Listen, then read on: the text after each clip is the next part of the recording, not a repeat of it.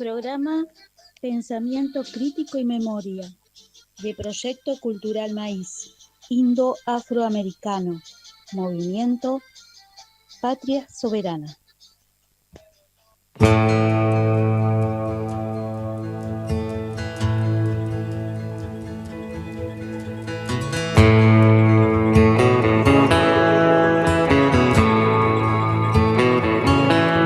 Nunca dormí tampoco, tal vez viva demasiado.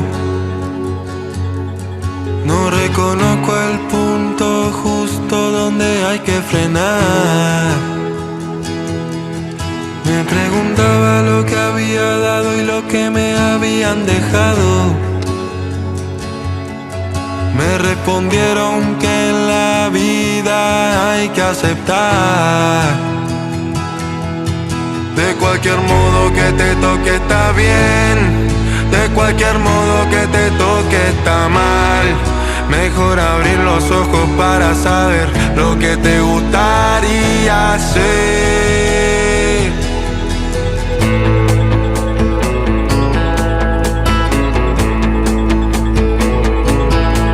Debo haber estado dando pasos al costado, paralizado por el miedo de saber la verdad. Me imaginaba que lo que habíamos pasado había quedado pisado, pero encontramos una nueva forma de hablar. De cualquier modo que te toque está bien, de cualquier modo que te toque está mal. Mejor abrir los ojos para saber lo que te gustaría hacer. Es el momento en que todo comienza de vuelta. Muy buenas noches a todos, todas y todes. Una vez más en el programa Pensamiento Crítico y Memoria. Hoy dimos el título de Alerta y Protección, ¿sí? Tenemos dos importantes invitadas. Una de ellas es Laura Sánchez, a la cual invito a que se presente, así todos podemos escucharla. Y también está invitada Carolina Di Palma, a la cual luego le vamos a pedir a Nélida que haga su presentación más formal. Así que bueno, adelante Laura, que además es nuestra compañera de la Diplomatura de Género en la Universidad Nacional de General Sarmiento. Saludos a las compañeras y a las profes. Gracias Laura y gracias Carolina. Bueno, buenas noches a todos, a todas y a todes. En principio quiero agradecerte, Zulma, por la convocatoria, por brindarme este espacio para poder expresarme, para poder difundir. Yo soy Laura Sánchez, mamá de Emma Bondaruc. Emma es mi hija, fue víctima de violencia digital de género en agosto del 2024. Ella sufrió este tipo de violencia. Un viernes por la mañana se viralizó un video con imágenes íntimas en el colegio sin su consentimiento, y 24 horas después Emma toma la irreparable decisión de quitarse la vida. Y a partir de ahí, no inmediatamente, por supuesto, a partir de ahí, ya a lo largo del programa te iré contando cómo, surge este proyecto de ley que lleva su nombre, y la guía Emma, que ya está en todos lados, en todo el país, y está, como quien diría, caminando sola. Así que eso es un poco quién soy, y después seguramente hablaremos a lo largo del programa.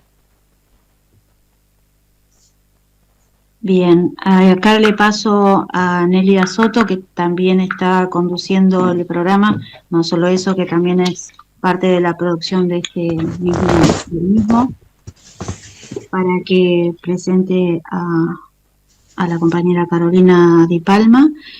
Y también de paso contar que estamos realizando este programa gracias a los compañeros, las compañeras y compañeros de Proyecto Cultura del Maíz.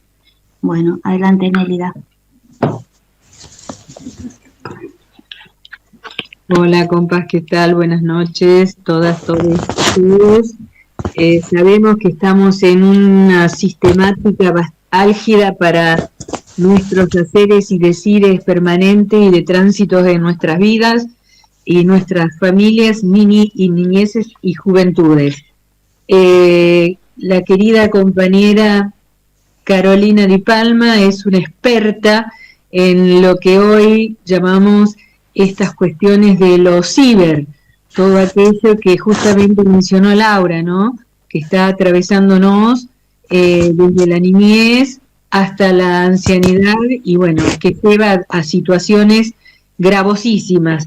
Vamos a hacer una breve reseña porque la verdad que el currículum de Carolina es maravillosamente extenso, productivo y extraordinario en sus realizaciones. Es magíster en comunicación y educación en la Universidad Nacional de La Plata sobre una tesis muy importante que es justamente contingencia digital pública infantil. Y de acá en más desarrollamos y vamos a ir diciendo todo lo que ella tiene y las producciones con que nos allega y nos trae para poder hacer esto que nosotros dijimos, alerta y protección, porque eso es lo que tenemos que hacer con nuestras niñeces y juventud, digamos. Así que bueno, querida compañera, presentate, bueno. Vos, queremos oír tu voz. Bueno, ¿cómo están? Muchas gracias por la invitación. Zulma, te hago una mínima corrección. El título de la tesis es Convergencia Digital Pública Infantil. Convergencia, no contingencia, porque la convergencia digital es la nueva forma que iniciamos hace 15 años de la narrativa, ¿no? Que vamos a hablar todo de esto también. De la narrativa que converge en el espacio digital todos los medios tradicionales. Por eso se llama convergencia. El espectro de telecomunicaciones digital habilita esta convergencia digital. Bueno, yo soy magíster en comunicación y casi doctora porque todavía no entregué la tesis, pero hice todo el doctorado. Y hicimos investigaciones de campo. Yo fui responsable también hasta hace muy poco de la convergencia digital de Pacapaca. O sea, hicimos contenidos interactivos desde el día 1 del canal, pero además nosotros y el equipo tuvimos que pensar qué era esto de la convergencia digital en ese momento histórico, hace 15 años atrás. Y entonces empezamos a hacer, además de referenciar casos de calidad, con mirada de derechos, etcétera, en el mundo, hicimos investigaciones de campo. Investigaciones de campo desde los estudios culturales latinoamericanos. Sobre consumos consumos digitales, redes sociales y videojuegos de niños y niñas de 2 franjas etarias y después avanzamos con la tercera, 2 a 5 años, 6 a 12 y juventudes y adolescentes. Durante 15 años vimos la transformación del mercado desde las pantallas y fuimos viendo cómo se iba transformando un montón de cosas que exceden la subjetividad, ¿no? Que tenían que ver con las formas de gobierno, con el tipo de forma de narrar, con los horizontes de interpelación, con las representaciones y cómo se iba instalando un nuevo sentido común. Que eso es lo que finalmente estamos mostrando en la tesis de doctorado, que son qué representaciones y horizontes de interpelación proponen hoy desde la interfase las redes sociales y los videojuegos hegemónicos. No es en general que nos referimos a la tecnología, sino esas tramas de representación contemporáneas que son los cuentos contemporáneos. En ese trayecto de 15 años de haciendo investigación y produciendo los contenidos, finalmente llegamos a las adicciones. ¿Por qué? Porque en voz de chicos y chicas, ellos nos decían, esto es un vicio, no puedo salir, ya hace más de 10 años, ¿no? Entonces, había algo ahí que sucedía que empezó a aparecer como acontecimiento epistemológico que tiene que ver con todo lo que vamos a hablar hoy. ¿Qué pasó? Chicos y chicas se quedaban dormidas en las escuelas. Cuando les preguntábamos qué había pasado, lo que había sucedido es que habían pasado toda la noche jugando niveles de Fortnite.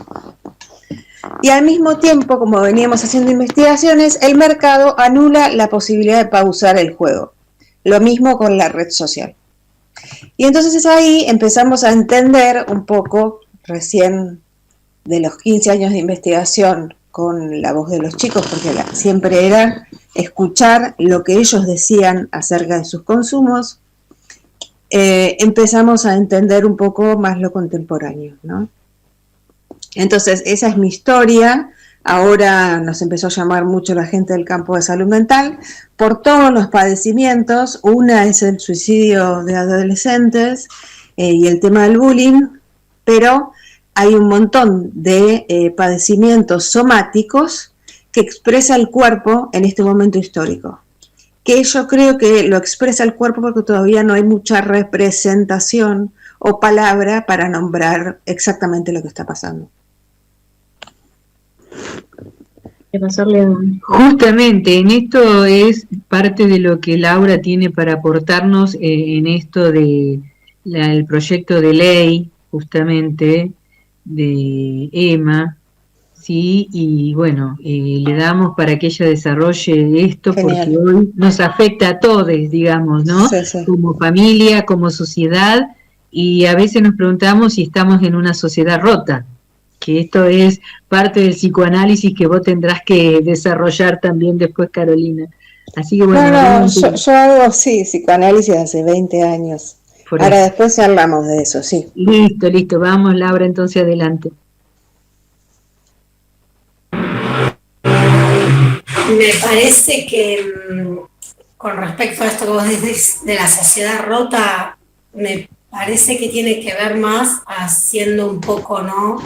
Hablando desde mi lugar, de la violencia digital de género, tiene que ver más con un problema de estructuras y de, ¿no? Esto instalado, después no, Carolina no me va a corregir seguramente en algunas cosas que yo voy a decir desde lo vivencial y por ahí ella tiene el tecnicismo y las palabras correctas, pero en esto de que el algoritmo no es neutral, entonces, por ejemplo, siendo referencial, insisto, en el caso de Emma, sufre este tipo de violencia digital de género, que yo realmente no sabía que existía hasta que me sucedió.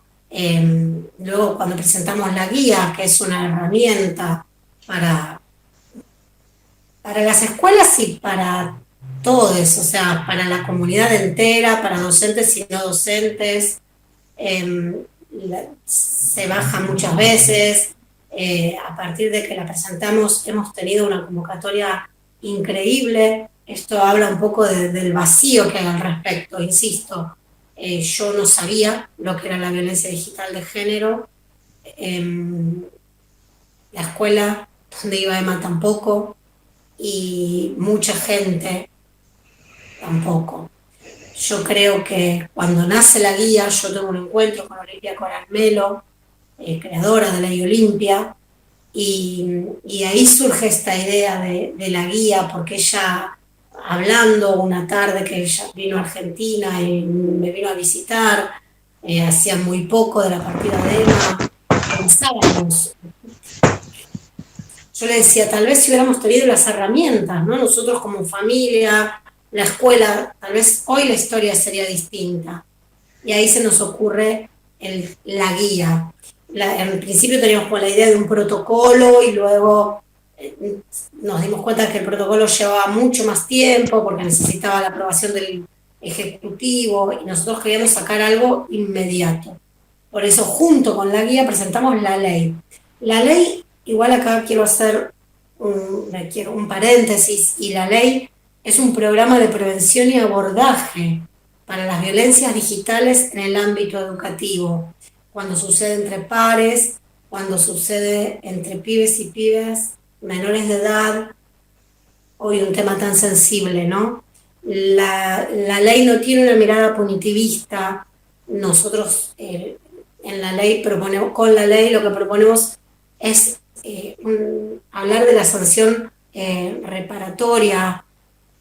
Por supuesto es importante que quien ejerce este tipo de violencia, ya sea violencia digital, de género, bullying, acoso, doxeo, no me gusta mucho hablar con los anglicismos, la verdad que quisiera que esto no sucediera y habláramos en nuestra lengua, ¿no? Nuestro idioma. Proponemos esto, no de responsabilizar. Sí, la idea con la guía y con la ley es prevenir. Entonces hablamos de visualizar, concientizar. Yo siempre digo que es un poco tratar de humanizar lo digital, ¿no? Traer a este lado humano que tanto nos cuesta en estos tiempos y poder transmitirle a los pibes y a las pibas esto, que puedan pensar en el otro, que puedan, antes de hacer ese clic, pensar que le siento, que puedan identificar que ese video, esa foto, que tiene un sujeto, no es solo el objeto, es un sujeto. Y ahí aparecen un montón de otras cosas, cuando vamos a las escuelas, con los talleres, con Faro Digital, y hablamos, por ejemplo, del consentimiento. Por eso acá aparece el tema de la ESI. Nosotros proponemos, por supuesto, articularla con la ESI. Somos, aparte, defensoras y militantes de la ESI. Hablo en femenino porque la guía y la ley la hicimos un colectivo de mujeres distintas, de distintos lugares, asociaciones civiles, por supuesto las legisladoras que necesitamos para poder presentarla como ley, pero bueno, éramos un colectivo todas de mujeres de diferentes lugares, la pata legal, la pata de educación, nosotros como familia con lo vivencial. Fue un trabajo de muchos meses, no fue algo improvisado y algo que salió de un día para el otro, se trabajó un montón, y luego la presentamos y, como decía antes, tuvo una repercusión increíble, y creo, acá Carolina me va a ayudar seguramente, que hay un gran vacío al respecto. Hay un gran vacío de esto, ¿no? De las buenas prácticas. No se trata de demonizar Internet, y no, para nada, sino hablar de las buenas prácticas. La otra vez escuchaba un conversatorio de Rita Segato donde hablaba esto de las prácticas de la humanidad, de la humanización, y que hoy por hoy están tan, ¿no? Que hoy ya ni siquiera se discuten, ni siquiera. Entonces me parece que es esto, es paradójico la frase, ¿no? Humanizar Internet, pero me parece que es un poco traer humanidad a este territorio donde los pibes y las pibas hoy habitan, y nosotros también habitamos ese territorio, y llegó para quedarse. Entonces me parece que hay que aprender a habitarlo, nada más.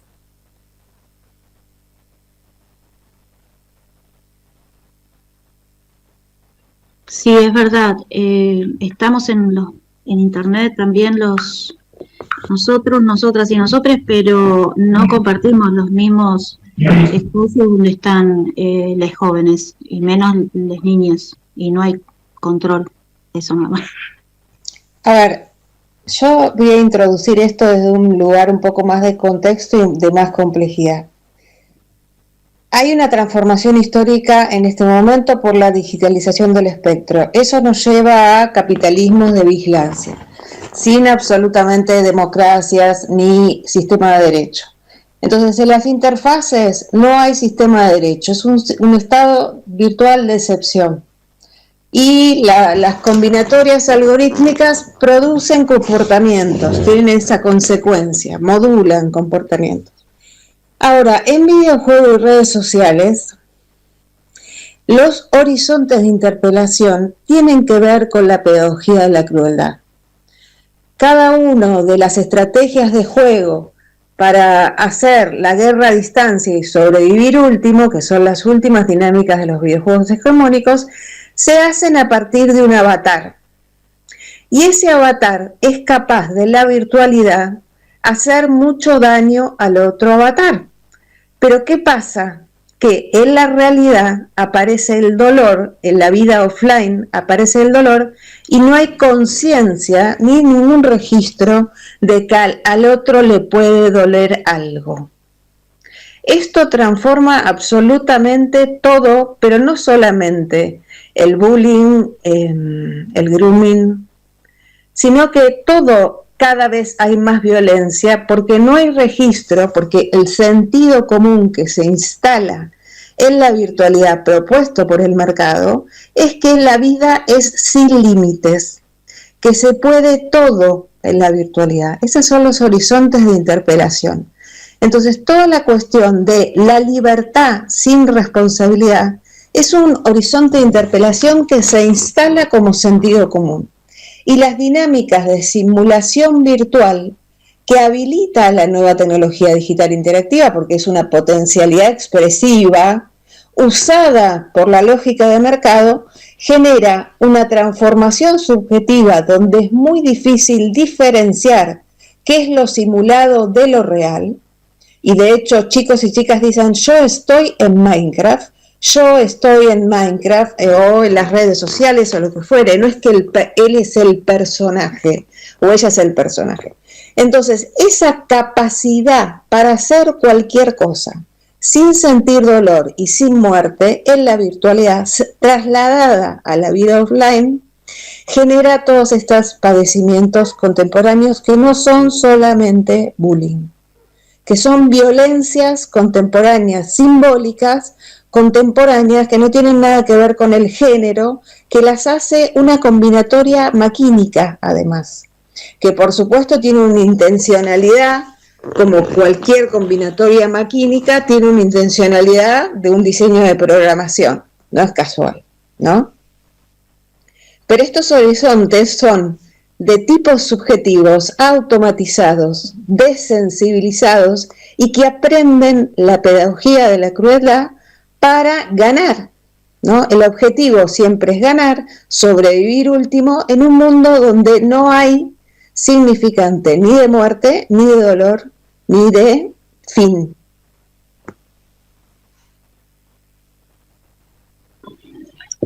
Impresionante. Ahí te paso, Amelia. Bueno, este es un cachetazo a la sociedad, que vivimos pendiente de si aparecemos o no aparecemos en tal o cual, cuántos me siguen, quiénes me siguen, por qué me siguen y todo lo demás, ¿no? Y que si no estás poniendo una foto, actualizando tu perfil cada día y demás, es como que no estás a tono con esta realidad de los avatares y algoritmos. Porque de cuántos te siguen, qué grande, tenemos que mover el algoritmo, y el algoritmo es esto, el no registrar que el dolor se está produciendo y que el avatar que está creado por quienes nos dirigen, obviamente un puñado de pocos, y esa es mi preocupación, quienes alimentan la Matrix de todos estos juegos y demás que aparecen, porque gana el más perverso, gana el más malo, y si no gana, hay frustración por el que pierde, y al mismo tiempo hay disgusto del ganador porque no le ganó bien. O sea, es un ida y vuelta tan friccional que lo que genera es violencia, y a esta violencia es la que a mí me preocupa, digamos, ¿no? Sí, es una violencia que por el momento no está regulada por el sistema de derecho, y esto es lo más grave, porque hay un horizonte que avanza desde las interfaces, que tiene sentidos comunes diferentes a los del sentido común que nos normalizó en la modernidad para poder garantizar un sistema de derechos, ser ciudadanos del Estado-Nación, que además el Estado debería ser soberano, es decir, cuidar el sistema de derecho. Hoy en día está dada esa disputa desde las interfaces y los adultos cuidadores muchas veces no entendemos qué pasa ahí. Y está afectando la vida offline con todas estas consecuencias que no son solamente grooming y todas estas violencias simbólicas, sino que hay muchísimas cosas que pasan en la primera infancia, muchísimas cosas que pasan en la primaria y en la adolescencia termina pasando. Lo de la apuesta online, que en realidad es una trayectoria de juego digital que hacen desde muy chicos y es muy fácil llegar a eso, y esto de no tener registro de que al otro le puede doler. Entonces, en las escuelas, más que dar más contenidos y agotar a todo el mundo con tantos contenidos, es trabajar el tema de la sensibilidad. Porque la propuesta de mercado es automatización, desensibilización y está planteada en la mecánica de juego, una cosa que vos no podés cambiar. Las opciones predeterminadas de cualquier interfase no se pueden cambiar. Esas opciones están enmarcadas en la pedagogía de la crueldad. Lo que dice Rita Segato de soportar terror y generar poder de mando soportando un terror es lo que pasa, es la dinámica del videojuego. Entonces, todo eso está sucediendo mientras que los adultos cuidadores que trabajamos en derechos humanos, en educación, psicología, psicoanálisis, etcétera, no sabemos qué está pasando. No, lo más grave es que los videojuegos también te llevan al individualismo, porque los adultos, para desenchufarse del día, se enganchan y no duermen jugando videojuegos y están compitiendo contra sí mismos. Y eso también lleva a una frustración. Sobrevivir último es una mecánica de juego actual. Antes era un equipo contra el otro, como fue la Guerra Mundial 1, 2 y casi 3. ¿No? Ahora tiene que sobrevivir el último. Ese es el que gana, no es que ni siquiera ganás con tu equipo. Y esa mirada no es de género, es una mirada vertical, viene de un dron, viene de arriba, viene de un gobierno algorítmico que modula los comportamientos de otra manera. Pero el problema es el dolor que sigue existiendo. Con respecto a los videojuegos también, esto de que los insertan en el capitalismo tan pequeños porque están monetizados. Sí. Y esto de que no, yo creo que los algoritmos sí tienen esto, ¿no? Hace un rato estuve en un Zoom justamente hablando escuchando, aprendiendo de IA y sí creo que tienen una mirada patriarcal. Sin ir más lejos, vos le preguntás a IA, mujer pública y hombre público, y te muestra un hombre público poderoso, de traje, y te dice que es un hombre de política y bla, bla, y mujer pública te muestra una mujer semidesnuda y dice textualmente, forma peyorativa de llamar a la mujer. No solo hablando de los videojuegos, ¿no? Porque es violento todo, es violento, no, todo el mundo habla de las apuestas en línea, nadie habla de OnlyFans, que capturan a las pibas cada vez más chiquitas, o sea, es un abanico, está bien, vos me decís, bueno, sí, esto arranca con los pibes tan chiquitos en los videojuegos, y sí, claro, y los adultos cuidadores, más allá de por ahí no terminar de entender por la brecha generacional, es un momento de hogares llenos la mayoría de los hogares tienen una mujer a cargo con 4 pibes, la mujer labora 12 horas y es todo, y las escuelas están sobrepasadas, sí hay escuelas que se preocupan y ocupan, generalmente tenemos esta cosa de ser reactivos y no proactivos, como que estamos siempre corriendo detrás del problema, las leyes salen después de que sucedió algo, no solo me refiero a esto, no sé, ley Brisa, ley Micaela, ley, siempre son reactivas, no proactivas. eso también, pero me parece Mira, que pero mira, sí, el algoritmo es patriarcal. mira, a ver, el tema de la inteligencia artificial, cómo está entrenada, es un tema aparte. Y el tema aparte es que el entrenamiento de la inteligencia artificial se hace desde lugares muy precarios. Entonces, muchas veces que se reproduzca una burbuja algorítmica o un sesgo en la inteligencia artificial tiene que ver con este entrenamiento que está precarizado, ¿no? Más allá de que ese entrenamiento sigue siendo moderno y que es patriarcal. No quiere decir que las formas de gobierno contemporáneas sean necesariamente patriarcales, sino que son maquínicas por alguna situación voluntaria que no es nuestra voluntad en ningún caso, ¿no? En ese sentido, Ito Seyer cuenta de la mirada vertical y pone en juego esto, pero no porque no esté entrenada la inteligencia artificial desde lo patriarcal, que es la consecuencia. Ese entrenamiento es moderno. Lo que no es moderno son las formas de dominación actuales. Entonces, eso por un lado. Por otro lado, en la Argentina sabemos hace 20 años lo que está pasando, ¿no? En el 2002 empieza toda esta reorganización mundial, que no es en la Argentina, pasa en todo Occidente. Por supuesto no en Rusia y en China, que ya tienen capitalismo de vigilancia. El Estado se hace cargo de esta modulación.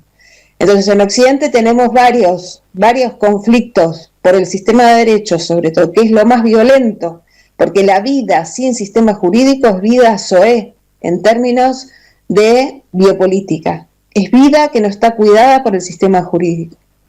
Ahora, en Argentina sabemos hace un montón que esto está pasando. No se pudo hablar. No es que salimos a... no es que salimos cuando se pasan las cosas.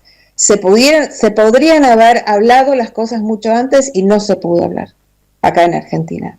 Y esto se sabe en términos teóricos y académicos desde hace 20 años, porque empieza en el 2002, algo que se llama Cumbre de Okinawa, Sociedad Global de la Información, Gobernanza en Internet y Conectar al Mundo.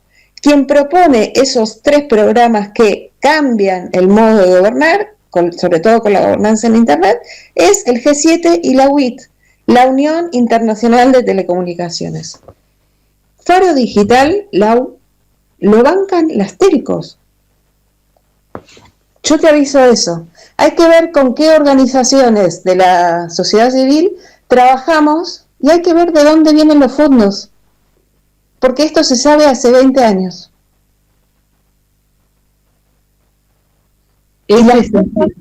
Perdón, los fondos. ¿De dónde se generan los fondos? Las telcos son las que bancan todo esto. Por eso. Es como que están tan dispersos y al mismo tiempo autoconcentrados en pocas manos con direcciones claras y concretas. Yo lo pienso a Onda Miguel y todos los demás, y que ahora ya están en la Organización Mundial de la Salud, digamos, digitando desde ahí. Pero es que sí, que es una reorganización del poder. No te digo que no vayan a haber resistencias, porque siempre las hubieron y siempre las creamos y todo. Pero la cosa es mucho más compleja y no es verdad que salimos con las políticas tarde, sino que hay cosas que a veces no se pueden hablar. No se pueden hablar, porque hay una dinámica de trabajo en el país que a veces no se puede hablar, ¿no? ¿Cuándo empezamos a hablar de Internet en Argentina? Creo que cuando Alberto Fernández estaba con las Filipinas y habló de Internet. Antes no se hablaba. ¿Por qué decís que no se puede hablar? ¿Por qué no se puede hablar? Por esto. Y para evitar esto que hoy nos está dando en la cara. Pero no está solo, está pasando a nivel mundial.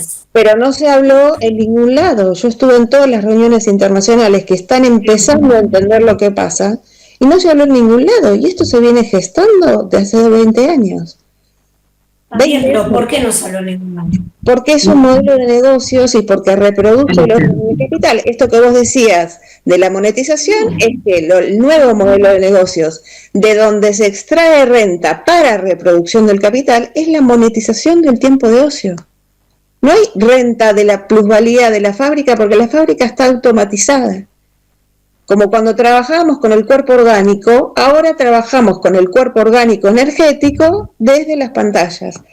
Y esa energía se extrae, se transforma en metadatos y ese metadato se vende de manera ilegal. Es simplemente eso. Es una reorganización del poder. Nadie va a hablar de esto porque es el modelo de negocios que reproduce el capital hoy. Y vaya que lo reproduce, porque justamente se generan las mayores concentraciones de no solo de poder, sino de bienes, que no los vemos, que no los tocamos, pero los sentimos, los percibimos y los sufrimos y padecemos. Pero además, para que hayan granjas de datos, de servidores, esos servidores no están en nuestro Estado-Nación. Esos metadatos se combinan por fuera de nuestra regulación. Este es otro de los problemas gravísimos para pensar la ley acá interna. Porque uno puede decir regular grooming y bullying porque son temas que uno puede tener a disposición, pero las cosas más graves que están pasando no la tenemos a disposición. Por eso es que le concedieron a UNESCO la potestad de regular todas las plataformas globales, occidentales.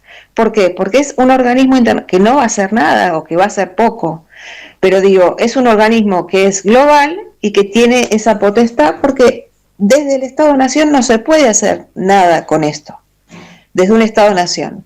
Sí tiene que haber una gobernanza en Internet que es la que se está disputando en este momento en términos políticos. Que cómo va a ser ese gobierno global. Pero digo, más allá de esto, el capital se está reproduciendo con este modelo de negocios. Entonces está difícil hablar de esto acá, en el resto del mundo, etcétera, pero lo sabemos los que estudiamos el tema de la transformación histórica hace 20 años. Y quisimos hacer congresos de esto y las universidades no nos habilitaban, Laura. Tuvimos que hacerla, por ejemplo, en el Teatro San Martín. Entonces hay cosas que imposibilitan. Yo no las sé cuáles son esas condiciones de posibilidad. No, nunca llego a ese punto. Yo te cuento que esto lo sabemos hace un montón y que en un montón de momentos se podrían haber hecho otras cosas. Por ejemplo, que la infraestructura no sea como como fue al principio, ¿no? Que la infraestructura no sea toda privativa y que los softwares que finalmente usamos desde el Estado tampoco sean privativos. ¿No? Que sean software libre, con datos abiertos, un montón de maneras de introducir los dispositivos digitales que no necesariamente son las mismas que hacen que vos pierdas la soberanía. Porque en el fondo es eso. Justamente, que el Estado depende de software importados para su funcionamiento implica que hemos perdido toda posibilidad de autodeterminarnos, de ser soberanos de nosotros, y lo máximo es que tampoco tenemos el acceso a una internet como debiera ser pública, ¿sí? Y gratuita, porque es un bien necesario para la comunicación, para el intercambio científico, para multiplicidad de cosas positivas, pero lamentablemente quedó en manos del sistema de capitalismo y de control social, como vos lo reiterás, Claudia, Carolina, y es verdad, es el eje del control social más acabado, digamos. Lo que pasa es que, a ver, esto se viene pensando, hay miles de resistencias en el mundo global occidental. No estoy hablando de algunos espacios, ¿no?, que tienen otros regímenes de gobierno, pero hay un montón de otras opciones. Hay un montón de otros. Algunos estados deciden tener todo software libre. ¿Por qué? Porque entonces mantenés tu soberanía. En algunos lugares de Europa están prohibiendo, que por ahí es un exceso, pero la regulación existe, ¿no? De todo esto, porque además te lo explican. Mirá, el algoritmo te genera adicciones. Y no es joda todo el tema del aumento del espectro autista y la cantidad de adicciones que hay contemporáneas, porque es muy difícil tomar de eso. Por eso digo, como ¿quién tiene que hacer? No va a hacer, entonces hay que empezar de hacer nosotros. De una forma, por ahí a vos te suena muy casero lo que yo te digo, pero los entramados tienen que ir de abajo para arriba. Y entonces yo lo que te quise decir, las violencias que se producen en el plano analógico se reproducen y replican en el plano digital, con la diferencia que en el plano digital vuelan, o sea, es de una manera voraz y vertiginosa lo que sucede. Un video que sube, una vez que subió se perdió, entonces ahí está poder enseñarle a los pibes tampoco saben aquí no hay que ver con la tecnología, y hay algo que insisto, con la tecnología sí, no con las buenas prácticas. Entiendo, nosotros narramos, antes de que termine la gestión, hicimos 15 organismos de derechos humanos, inclusive Faro Digital, cuando estaba a cargo de Lucía Fainón, que se llaman Recomendaciones para narrar digital en democracia y garantizar la democracia. 15 organismos de derechos humanos trabajaron en ese documento que se publicó. ¿Vos lo leíste? Porque hay Faro Digital, ¿te contó que habíamos escrito eso?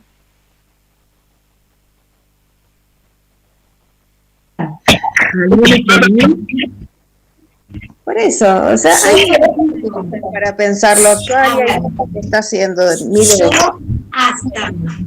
hasta que Emma murió no sabía que existía la violencia digital, ni siquiera sabía que con respecto a lo que vos explicás, toda esa tecnología que vos explicás y demás, primero, que si hace 20 años que se sabe, no podíamos hablarlo y no me decís el por qué, no, la verdad no termino de entenderlo, sinceramente.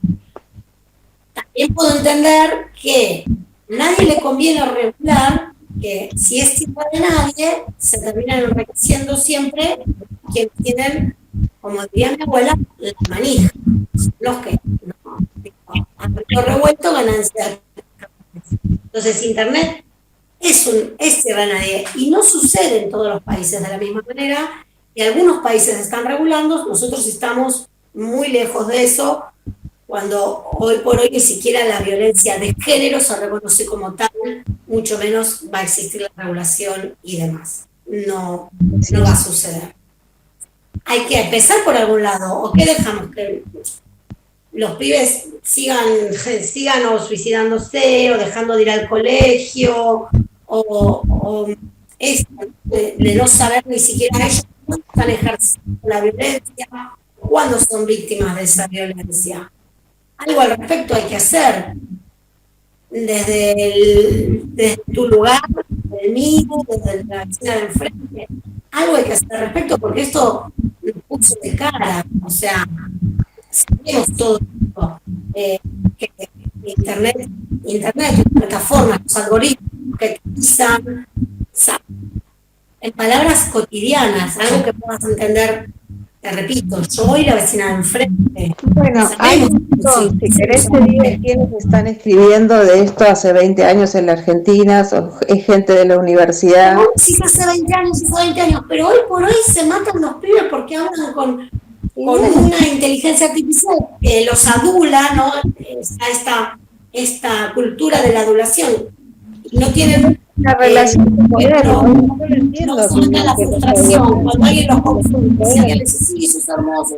Compañera, perdón, se superponen las voces y Carolina, te pido porfi cerrar el micro mientras habla porque se acopla, porfi, gracias. No, está bien, igual no era esto, ¿no? Porque todo, Carol, yo lo digo como cualquier ciudadana de a pie, como esto se sabe hace 20 años. Bueno, ¿qué hacemos entonces? Hace 20 años se sabe y estamos como estamos. Y va de mal en peor. ¿Qué hacemos? Para mí hay que, como siempre, aprovechar los espacios de resistencia. No es que vamos a cambiar el mundo ahora en esta situación, menos. Hay espacios de resistencia, yo te digo, hace 20 años que la gente en Argentina viene hablando bastante de esto, simplemente que no se hace hegemónico. Entonces, si pasó lo de las apuestas online y aparece cada vez más el bullying, esto que vos contás que le pasó a tu hija, era hija, ¿no?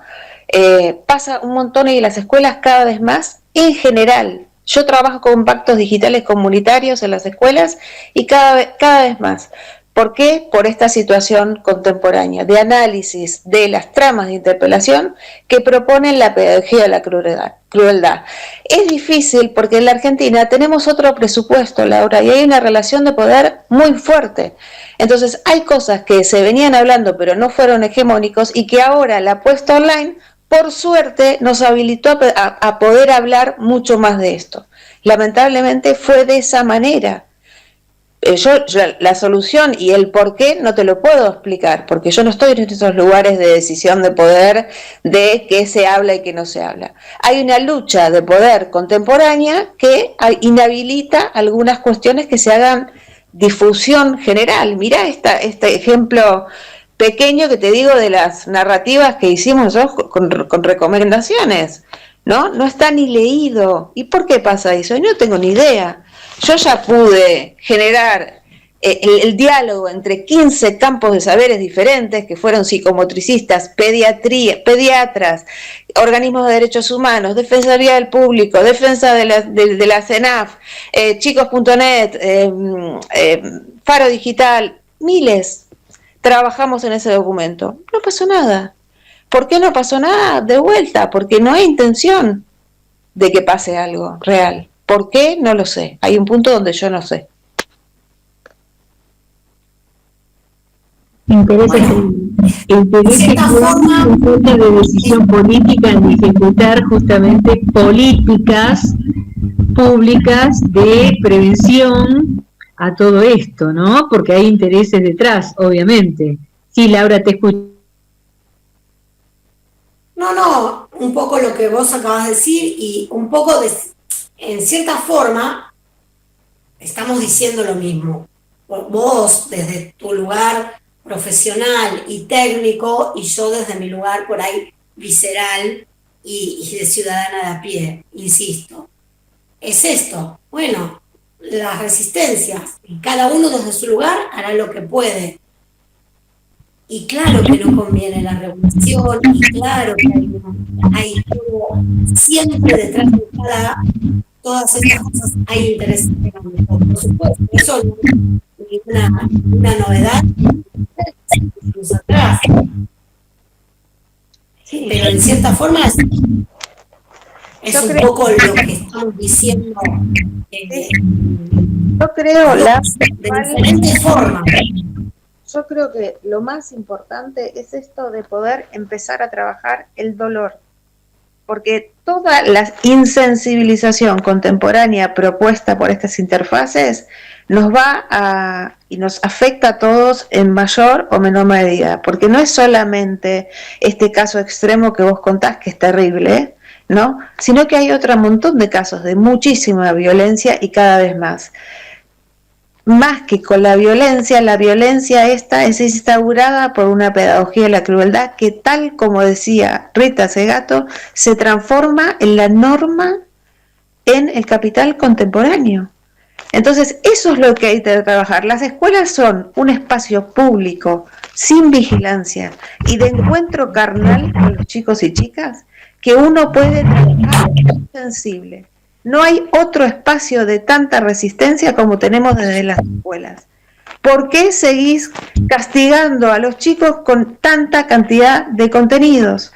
Si en realidad el sentido de la educación hoy, ¿cuál es? ¿Por qué tenemos las escuelas? ¿Con qué sentido?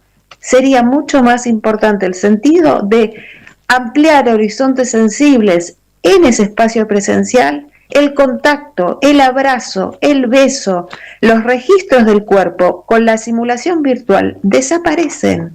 Uno no tiene el registro de la propia corporalidad, ni siente al otro, ni contacta con el otro, ni puede determinar gestualmente las sensaciones del otro, si uno no aprende a verlo, a nombrarlo y todo eso. Eso no existe más en las interfaces.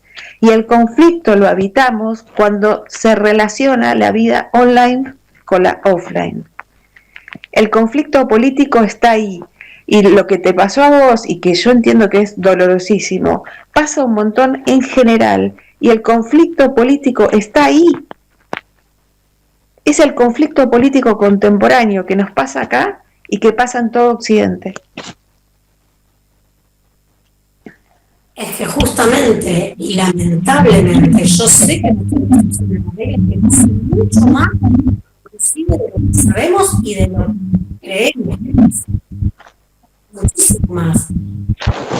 Hay casos que salen a la luz y hay casos que no. El caso de España porque se tiró pero yo conozco casos de niños mucho más pequeños que también se han quitado la vida por un juego, por un reto, sin saber que se iban a quitar la vida. Esto que vos decís, no tienen noción.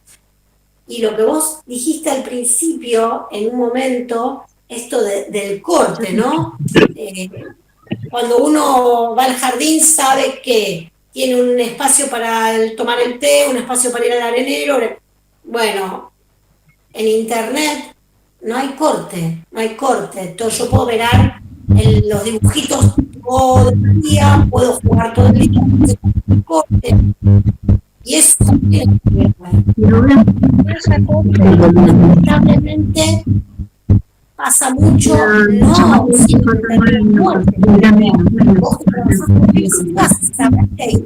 deserción escolar terrible.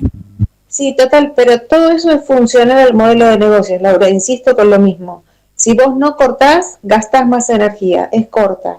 Entonces, totalmente, los límites para la producción subjetiva moderna eran represión, que fuimos criticando muchísimo, pero que de alguna manera hacían un coto. Y el sistema de derecho fueron límites que cuidaron la vida y que cuidaron un crecimiento progresivo también de las infancias y juventudes. Hoy no está nada cuidado y está todo posible. Entonces, todo eso es una demanda, una necesidad de regulación del Estado. Pero si de esto no se habla, o se habla muy poco, entonces es difícil entender el grado de gravedad de que no exista una regulación. Por eso, recientemente, mirá, nosotros somos Argentina, que somos los mejores, pero nunca tenemos demasiado presupuesto o hay demasiado lío, ¿no? En Europa recién ahora empiezan a regular, en Occidente. No es que están regulando desde el 2002. Más. Quiero hacer una pregunta. ¿Es que la pandemia aceleró el proceso? Te cuento por qué. Digitalizar el Mundo, que es uno de los 3 programas, Sociedad Global de la Información, lo puedes googlear porque además está escrito en todos lados. Hay cumbres y reuniones que van por etapas. Estamos en la etapa 2003, vamos hacia el 2030. Pero en el 2020 era la etapa de que los estados-nación lleguen al apagón analógico. ¿Qué pasó en el 2020? Pandemia. Nos obligó a digitalizarnos, a todos. Los que habíamos llegado al apagón y los que no. Más vale que tiene que ver. Para mí, sí. Y es una opinión personal, no voy a aseverar esto, ¿no? Teóricamente, pero sí tiene una relación absoluta porque legitimó que tengamos que usar las pantallas. Y ahí se determina también.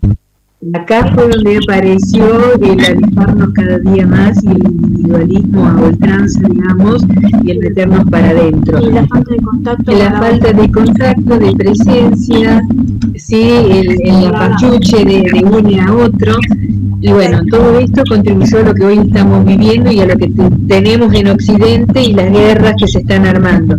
Nosotros acá nos están marcando unos minutos, pero en realidad tenemos menos, y la invitamos a Laura que entre en el segundo, así seguimos esto porque está muy interesante, y obviamente Carolina ya tenés el envío del segundo bloque, y continuamos porque este tema está alto, interesante, y además de esto vamos a escuchar un tema para que nos ponga más en lo que estamos, un tema musical, obviamente para entrar más en tema. Estamos, por esto está importantísimo. ¿Y por porque vamos a retomar lo de la pandemia y todo esto, ¿sí? Dale. El apagón analógico significa la pérdida de autocrítica, compás, y justamente de pensamiento crítico y demás. Así que bueno, a esto vamos, al corte, ¿sí? Con una música. Dale, chau. Diana, por favor, la música, gracias, compás.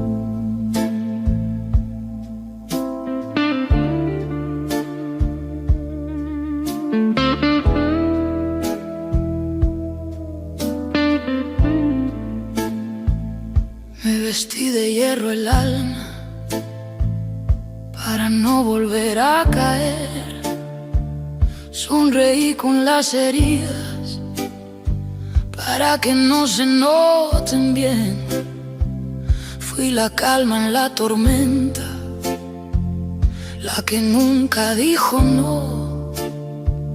Me cansé de ser la roca cuando el mar me desgastó. Dicen eres tan valiente, yo solo sé resistir, pero nadie ve la grieta donde empiezo a desistir. Me cansé de ser fuerte, de no pedir perdón, de cargar con el mundo callado en la voz.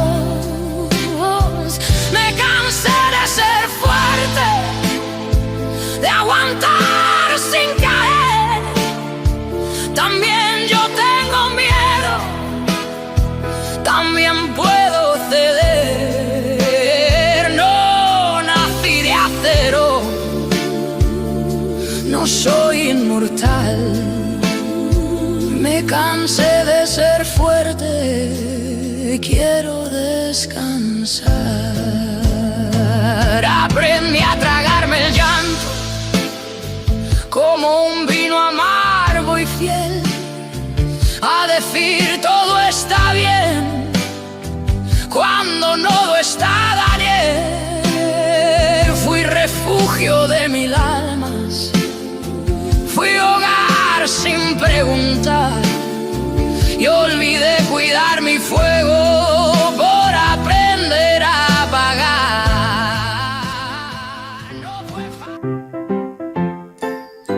La última radio rebelde, un nuevo canal de streaming, 1570 en tu dial.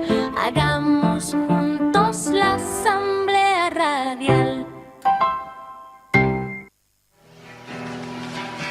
Para el pueblo, lo que es del pueblo. Un programa de análisis político con la agenda y la mirada de las y los trabajadores.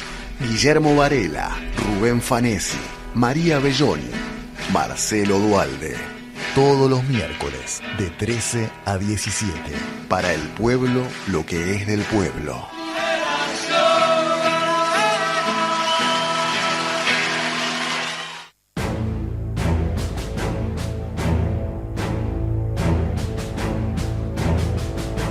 La perestroika kirchnerista. Luis Delía, Gastón Alberdi. Lunes, miércoles y viernes a las 10 de la mañana.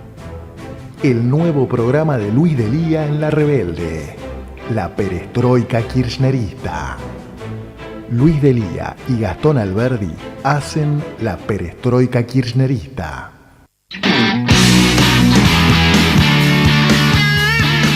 Algunos siguen creyendo en esto. Lo que tenemos que hacer es bajar los costos. Bajar los costos y los salarios son un costo más. Bajar los costos y los salarios son un costo más. O ahora, peor aún, en esto. ¡Amo! ¡Amo ser el topper dentro del Estado! Soy el que destruye el Estado desde adentro. E incluso en esto otro. No somos superiores moralmente, somos superiores estéticamente, somos mejores en todo. Y les duele. No pueden, tuvieron que bajar la nota. Están perdiendo la batalla cultural los zurdos de mierda. Por primera vez se ven acorralados los zurdos de mierda.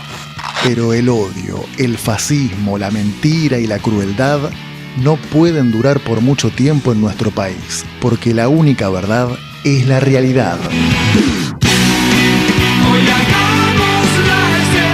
La excepción a la regla. Periodismo político sindical. Sábados, 14 horas, Radio Rebelde. Conducción, Pablo Yumato.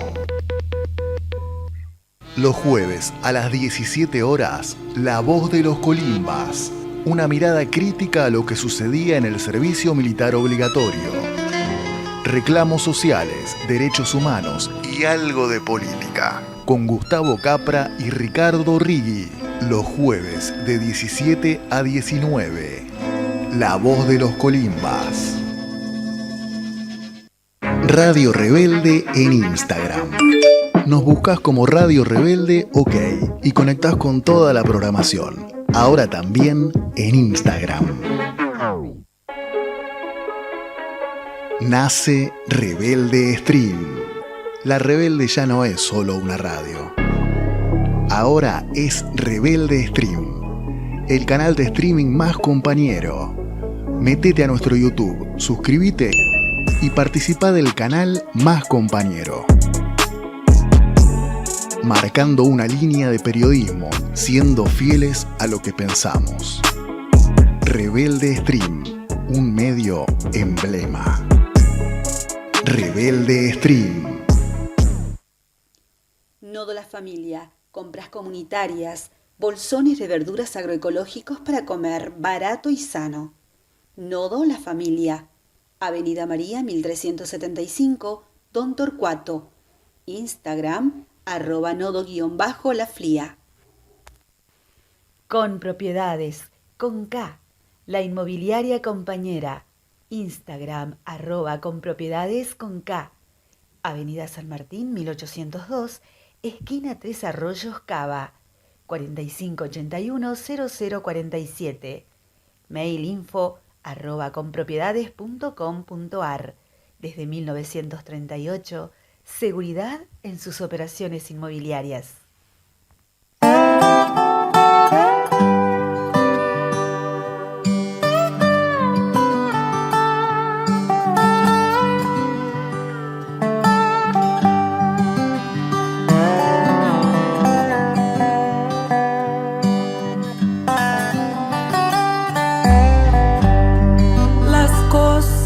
Que están muy mal,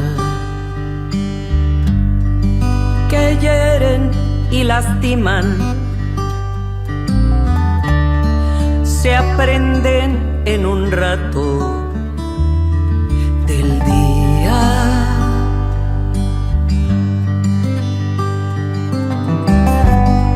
Las cosas que están muy bien, que alegran y sanan, les cuesta bajar del tren que pasa. Dos clases de personas hay,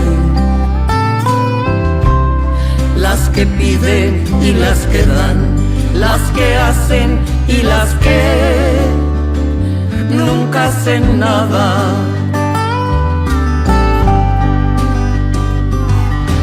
¿Cuánto dinero ganan los que viven de la muerte?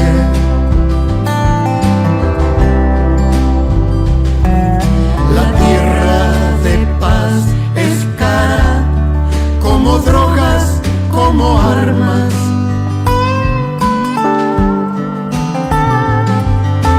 Voy a traer unos soles, agua clara y también flores,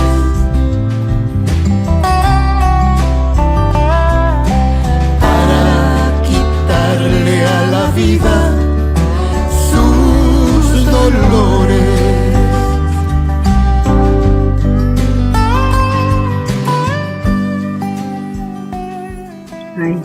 Muy bien, estamos al aire nuevamente.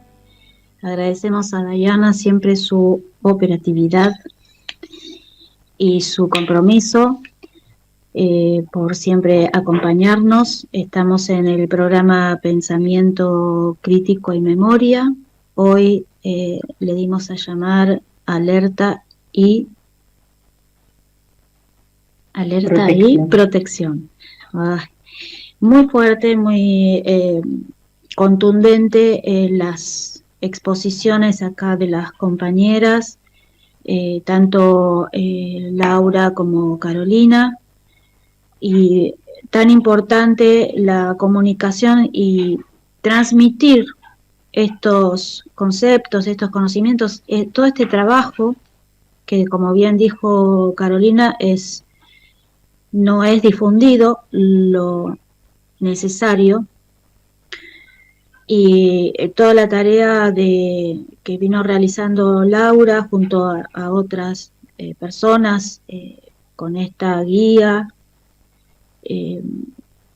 también es una herramienta importantísima, así que nosotros desde este programa muy humildemente aportaremos un granito de arena más para lograr, vuelvo a repetir, la difusión de estos temas que son tan importantes como la soberanía en la comunicación, que obviamente no la tenemos.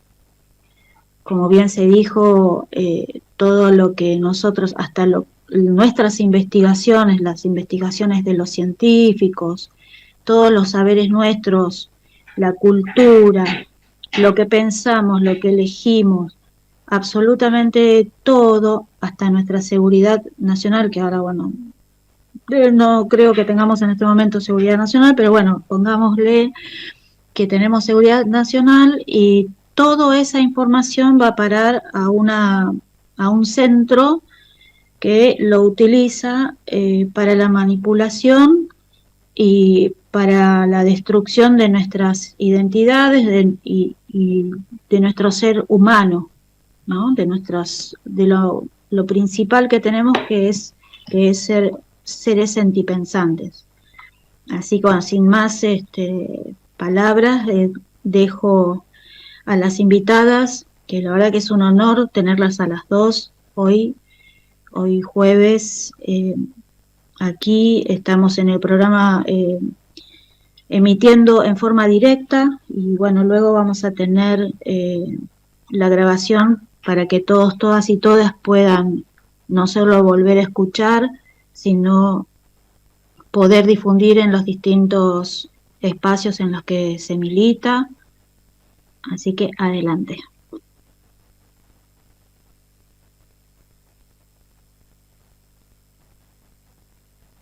Bueno, habíamos quedado con una pregunta y una interpelación. ¿Cuánto incidió en esto de acallar, de oscurecer lo analógico? A partir de la pandemia, esto lo había dicho Laura, y creo que Carolina tiene para aportar sobre esto, desde lo científico, desde todos los campos que lo aborda, que es desde psicoanálisis, desde psicología, desde educación, salud mental, salud, comunicación, bueno, etcétera, etcétera, etcétera, porque has estado en todos los registros. Y Laura es una compañera que con nosotras está haciendo también una diplomatura en género y diversidades, y donde estamos con mucho compromiso también debatiendo todas estas problemáticas. Así que bueno, adelante, compa. Sí, el objetivo del apagón analógico estaba para el 2020. Simplemente es muy probable que la pandemia haya posibilitado legitimar el uso de las tecnologías digitales. Pero el cambio de infraestructura, el cambio de las políticas públicas que iban a legitimar el uso de las tecnologías digitales ya estaba dado desde mucho antes en nuestro país. De todas maneras, eso intensificó algo que se venía dando. Esto es lo que digo. No digo que es una transformación del capital, ¿no? Es como durante muchos años los de comunicación luchamos por el derecho a dar la voz. Y en este caso el capital una vez más se apropió de la resistencia y te da la voz vigilada. Es simplemente una transformación más del capital. Después esto trae consecuencias subjetivas sobre la transformación subjetiva. En términos del psicoanálisis, la neurosis moderna que tuvo represión, que tiene falta, que tiene deseo vinculado a la falta. Estamos hablando de Lacan, no de Deleuze y Guattari, ¿no? Pero digo, si todo esto estuvo constituyendo la subjetividad moderna, hoy no existe más. En ese sentido, en el sentido de configuración subjetiva de algo que no tiene límites, que no tiene falta, que no tiene dolor, que no tiene muerte, y que esto no existe la posibilidad de concebir el límite o la vulnerabilidad. Todo eso trasladado a la vida offline, como seguimos siendo modernos de alguna manera, y de alguna manera los niños, por más de que son más contemporáneos, siguen sintiendo, es un problema. Niños y adolescentes. Porque todo esto se aprende de alguna manera. Hubo una cultura que nos enseñó que la responsabilidad tiene que la libertad tiene su responsabilidad, por ejemplo, ¿no? O que existe la muerte. El psicoanálisis que nos habló muchísimo del inconsciente. Todo esto no está pensando en términos de inconsciente, está todo capturado por las opciones predeterminadas de las interfaces, que no las podés cambiar. Vos jugás ahí y es el mundo total de lo posible. No hay otros significantes, ni vos podés hacer nada con esa narrativa, salvo que aprendas a narrar digital, que es de lo que charlamos y escribimos en esas recomendaciones. Más allá de los derechos y toda la complejidad que se pone en juego en este momento histórico, que es muy extenso. Por eso hace un montón que se viene hablando de esto, porque no hablamos solamente nosotros, el mundo está hablando de esto, por supuesto, Occidente. No puedo dar cuenta de Oriente ni de Rusia y China en términos más de pensamiento, ¿no? No los conozco, no sé. Pero sí que se está hablando de esto hace mucho y que no tenemos muy claro qué hacer. Por eso cada vez que damos capacitaciones incitamos a la invención. Porque cuando había niños trabajando en una fábrica a principios del siglo XX o a principios del siglo XIX, nadie lo cuestionaba. Y después existieron los derechos, ¿no? La infancia es una categoría muy nueva. No existía la infancia antes del sistema de derecho.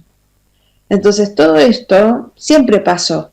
Lo que hay que hacer ahora es pensar qué hacer e inventar lo nuevo que vendrá, que puede ser nuestro. No tiene que ser de los otros necesariamente.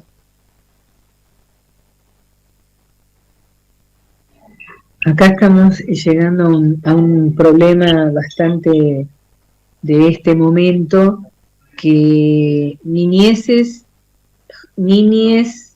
jóvenes, adolescentes que no han aprendido a jugar, pero porque no se les dio la oportunidad, porque entraron en el marco de una explotación de diversas maneras. Léase a través de la explotación de esto, que es lo cibernético, lo internet, las redes, como aquellos que han tenido que salir a cartonear, que también es otra forma de acriticidad, porque un niño que está con su padre, su madre en la calle cartoneando para sobrevivir, también y a altas horas de la noche, sin descanso, sin nada, al día siguiente va al colegio y termina prácticamente sin ninguna posibilidad de atender, mal alimentado. Entonces, bueno, como este cruce, ¿no?, de 200 años principios del siglo XX al cuarto del siglo XXI, pero empecemos con el siglo XIX, cuando comenzó la educación a ser obligatoria en la mayoría de los lugares. Sí. A esto estamos, ¿no? No sé, Sí. Laura, que ibas a... No, solo retomando esto que vos decís y antes que mencionó Carolina, esto de la corporalidad, y vos en cierta forma hablás de volver al juego. Y sí, hay que volver a eso, hay que tratar de volver a eso, hay que trabajar con las primeras infancias, que también están conectadas todo el tiempo y que Entonces, volver al juego, volver a ensuciarse, volver a embarrarse, volver... Hay chicos que no quieren jugar me pasó a mí, con alguien de la familia, querer jugar y no se quería ensuciar la mano. Después cuando empezó a jugar con el barro, como jugábamos nosotras, y bueno, ahí sí, pero me parece que hablando, y lo que hablábamos en el otro bloque, cada uno de nosotros, hay que retomar esto, ¿no? De volver al juego, a la corporalidad, al tacto. Los pibes, la otra vez leía una encuesta que habían hecho en una universidad, no de este país, pero que cómo preferían tener sexo, si virtual o de forma presencial, y de forma virtual. Eso les evita el compromiso, les evita lo afectivo, ¿no? Que ya está, ¿no? Esto que hablábamos, que decía de alguna forma también Carlina en el otro bloque. Y yo le había dicho a Zulma que me iba a quedar sola al primer bloque, porque la perra no para de ladrar porque mi hijo llegó de entrenar y no lo vi en todo el día, así que me voy a ir a cenar con él. Les pido mil disculpas. Habrá una próxima cuando quieran, estoy a disposición. Gracias, Carolina, por tu manto de sabiduría, por desasnarnos un poco. Hoy en el Zoom que tuve, una de las expositoras, de quienes estaba dando el Zoom, decía esto de la importancia de que tenemos derecho a saber de qué se trata, ¿no? Es un derecho saber qué es Internet, qué es la IA, qué son los juegos que juegan nuestros pibes y nuestras pibas. Tenemos derecho, entonces... insisto, cada uno desde su lugar tiene que hacer su aporte y bueno, acá estamos tratando de hacer eso, ¿no? Así que les mando un abrazo enorme, gracias a mis compas de la Diplo, otra vez gracias, Carolina, por todo lo que nos dijiste en este rato y espero que haya un próximo encuentro. Beso grande, cuídate. Disfruta. Perdón.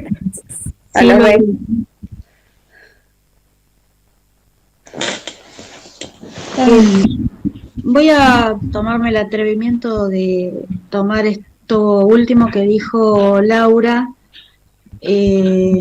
con respecto a cómo eligen o les gustaría o preferirían tener sexo, si presencial o virtual.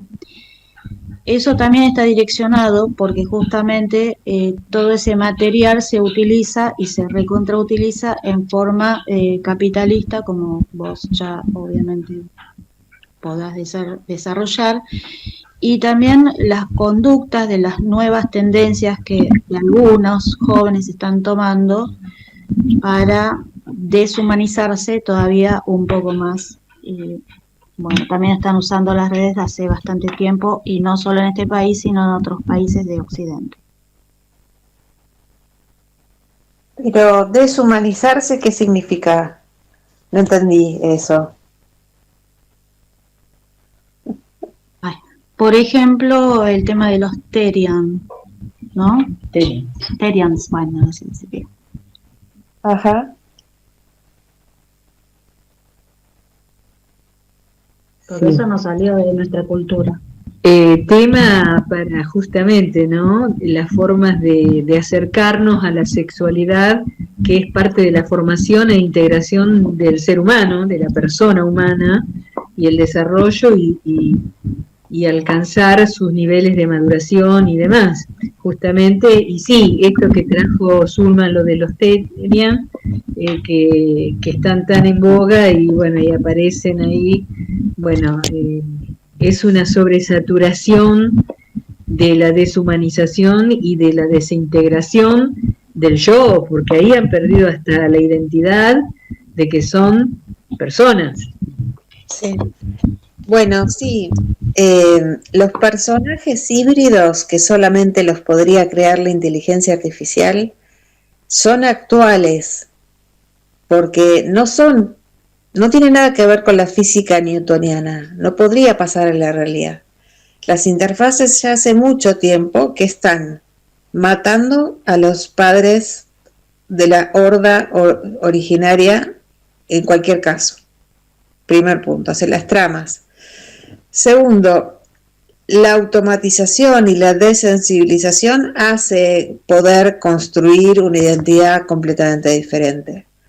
Yo no sé si es deshumanizado o es automatizado, con lo que la vida puede vivir igual, ¿no? Desensibilizado, no sentir dolor, quizá no tener muerte, pero eso sigue siendo humano, pero de una nueva forma, ¿no? No sé si es deshumanizador, pero yo digo para pensar en términos de transformación de los modos de ser y de estar en el mundo, ¿no? Siempre el ser humano fue con técnica. Desde el momento que hacemos esto, nosotros siempre fuimos con técnico, y esas formas de ser van cambiando a lo largo de la historia. La tecnología digital lo que tiene de bueno son potencialidades expresivas nuevas, formas con las que podemos narrarnos de manera novedosa. A nosotros, a los otros, lo común, ¿no? ¿Qué es lo común? Pero, como siempre, esa tecnología está atravesada por relaciones de fuerza. Toda la vida fue así.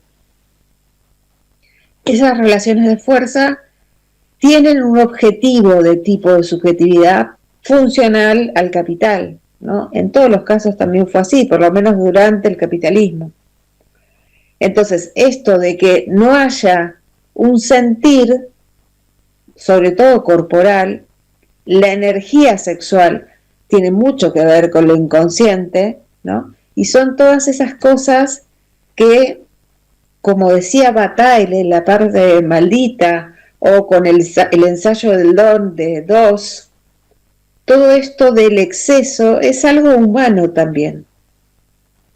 Y hay una y otra vez donde ese exceso está capturado de alguna manera para beneficio económico.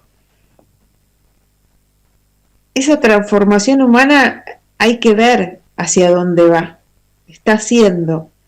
Lo que pasa es que hay cierta especificidad en esta transformación histórica de lo humano.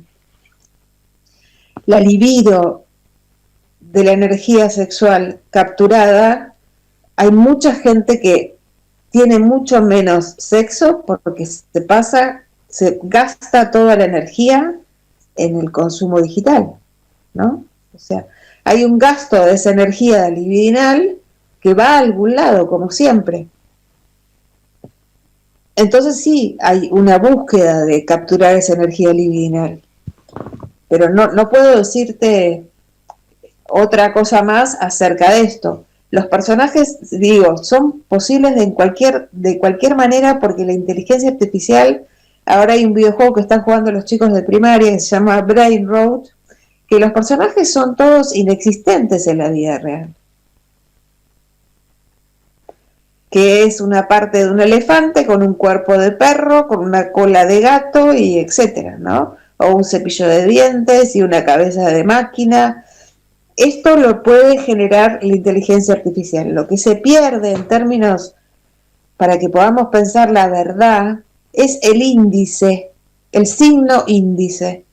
Queda más el signo ícono, o queda más lo simbólico en términos de psicoanálisis, del orden de lo simbólico, ¿no? Perdón, de lo imaginario, no de lo simbólico. Toda la parte del significante que anclaba siempre en algo real, eso desaparece. Por eso está tan en juego la noción de verdad que construimos en la modernidad. El índice desaparece. El índice es la marca de lo real que aparece en cualquier símbolo o cualquier discurso.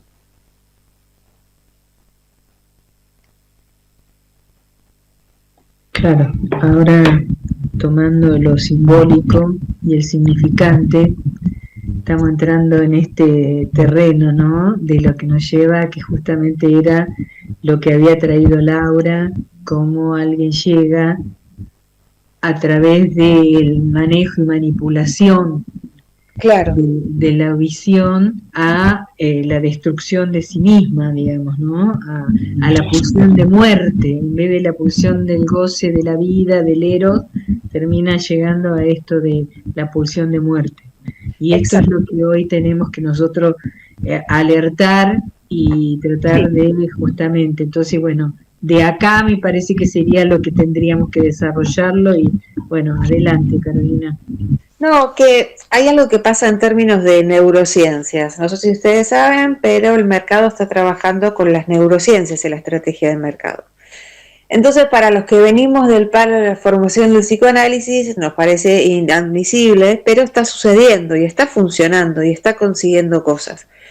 Entonces, hay un tema hormonal que casi todos los videojuegos y redes sociales, las dinámicas y mecánicas de scroll, las mecánicas de juego, de recompensas, gratificación instantánea aleatoria, que están en los juegos y no las podés ni modificar ni cambiar y que son parte del juego, ¿no? El juego totalmente tomado por esto, generan un incremento de la dopamina. Y lo que genera el incremento de la dopamina es la inhabilitación de la producción de serotonina. Y cuando nos ponemos a investigar estos temas, la dopamina siempre es individual y es momentánea, la satisfacción. En la serotonina se da una satisfacción distinta que dura más y siempre con otros. Entonces, estas cuestiones no me interesa pensarlas desde la neurociencia, sí me interesa pensarlas desde la biopolítica. Porque la biopolítica, que es el pensamiento actual del autonomismo italiano, y en relación con los estudios culturales, porque tenemos que entender cómo funciona el sentido común y cómo es la disputa de la cultura, que hace posible que todo esto pase, que legitima todo esto, ¿no? Pero la biopolítica tiene que ver con hacer vivir y dejar morir. En ese hacer morir hay una diferencia, y hoy se ve claramente, de la vida bios con B larga y vida zoe, que es la vida que no está cuidada por el sistema jurídico. Pero el hacer vivir es un objetivo de la biopolítica. Y el hacer vivir, la pregunta que nos tenemos que hacer es ¿por qué y cómo queremos vivir? Porque hoy estamos en condiciones de no tener reproducción heterosexual, igualmente reproducir la especie, y estamos en condiciones de no morir. Esa es la idea. O no sentir dolor, por lo menos. Por lo menos seguro no sentir dolor, con la tecnología micromolecular que sea, ¿no? Entonces hay un objetivo biopolítico. La pregunta en todo caso yo creo que es ¿por qué queremos vivir y qué queremos cuidar de la vida? Que sería una pregunta más política, me parece.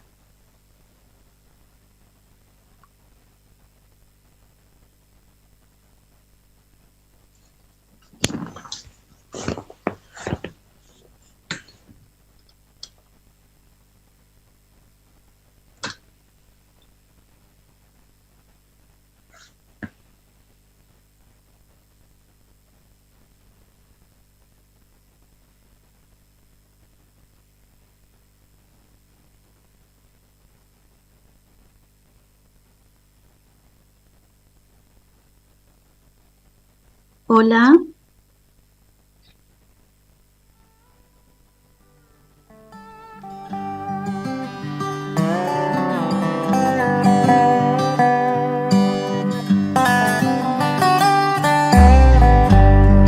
Las cosas que están muy mal,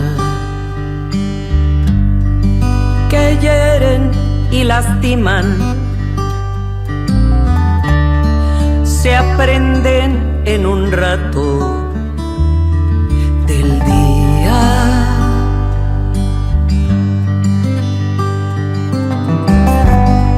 Las cosas que están muy bien, que alegran y sanan, les cuesta bajar del tren que pasa. Dos clases de personas hay, las que piden y las que dan, las que hacen y las que nunca hacen nada.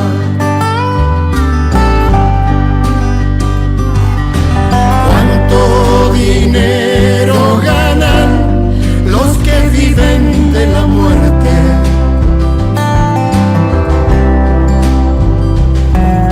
La tierra de paz es cara como drogas, como armas.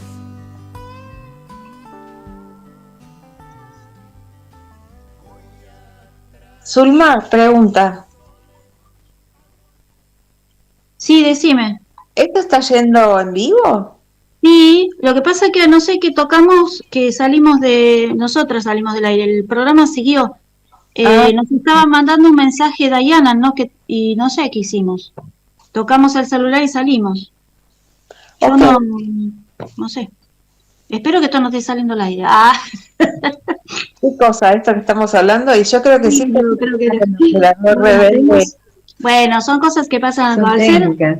Al ser en directo nos pueden pasar estas cuestiones. Sí. Dayana nos invitó, hay oyentes que quieren hacer preguntas y nos está preguntando a la vez si queremos contestar. Pero sí, bueno, me prefiero toda la vida que hagan preguntas.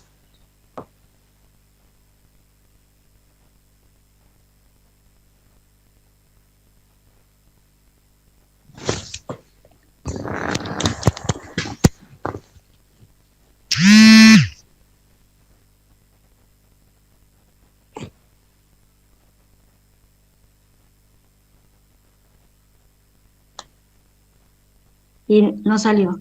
Hay un mensaje que dice, genial el programa. Por lo menos hasta hace un rato.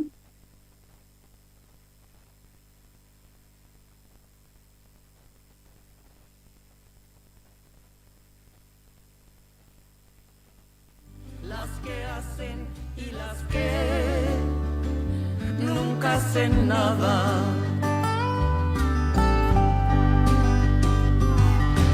¿Cuánto dinero ganan los que viven de la muerte?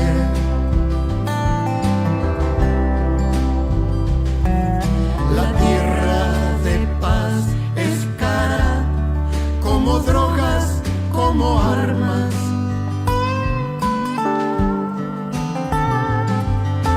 Voy a traer unos soles, agua clara y también flores,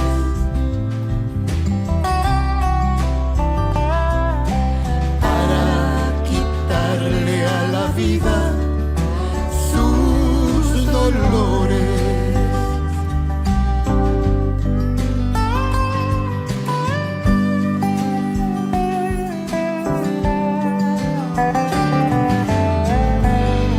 Fantasmas de la niñez. Aire nuevamente, gracias Dayana, gracias Carolina, ahí estamos con Nélida también esperando, estamos en el aire. Dayana nos decía que está abierto para que los oyentes puedan hacer alguna pregunta si quieren, así que estamos dispuestos y escuchando para poder responder, no yo, sino acá nuestra invitada Carolina.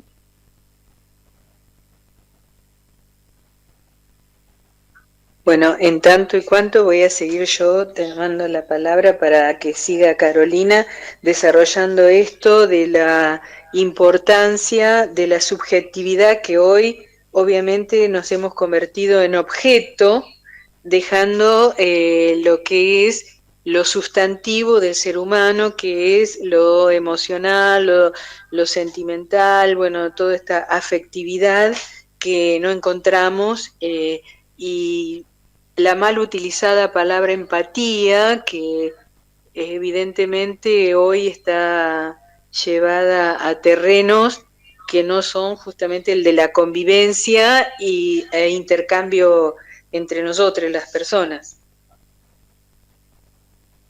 Sí, lo de la empatía es un concepto de vuelta, ¿no? De otros lugares, no para nosotros, pero sí, tiene que ver con esa lógica en principio. Estaría intentando resolver eso. Yo creo que sí. De hecho, creo que dónde fue que leí que en Dinamarca o no sé dónde impusieron esto a las escuelas, lo de la empatía.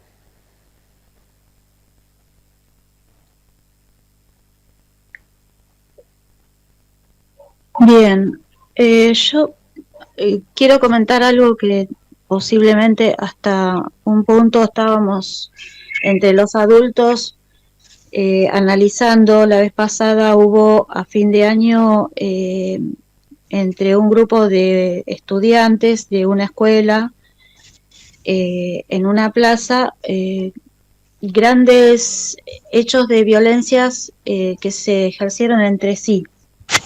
Un grado al cual no es común o habitual, por lo menos hasta ahora no era habitual, y que sorprendió muchísimo. Entonces, bueno, nosotros así en primera instancia decíamos, bueno, toda la problemática que los adolescentes están pasando en este momento, la economía, los padres que no pueden ocuparse porque tienen que trabajar muchas horas, la mala alimentación, en fin. Pero bueno, hablando hoy con todos estos temas y hablando sobre esto de la teoría de la crueldad, además de todo este entorno que nosotros vemos, lo podemos constatar porque son cosas materiales, este otro aditivo de esa violencia que permanentemente están viendo a través de las redes de internet, fogoneando a que estar pegándose, lastimándose y hasta un peligro de que les pueda pasar algo más, se hace como un desafío y como que esto del sentido común, ¿no? Que está bien, o sea, está mal, ¿no? Pero es terrible. Y agregado con la violencia que se está y crueldad que se ejerce hace 2 años desde este gobierno que estamos padeciendo todas nosotros, ¿no? Sí, creo que la precarización de la vida adulta hace posible que todo esto suceda. Si no fuera así, no pasaría tanto de alguna manera.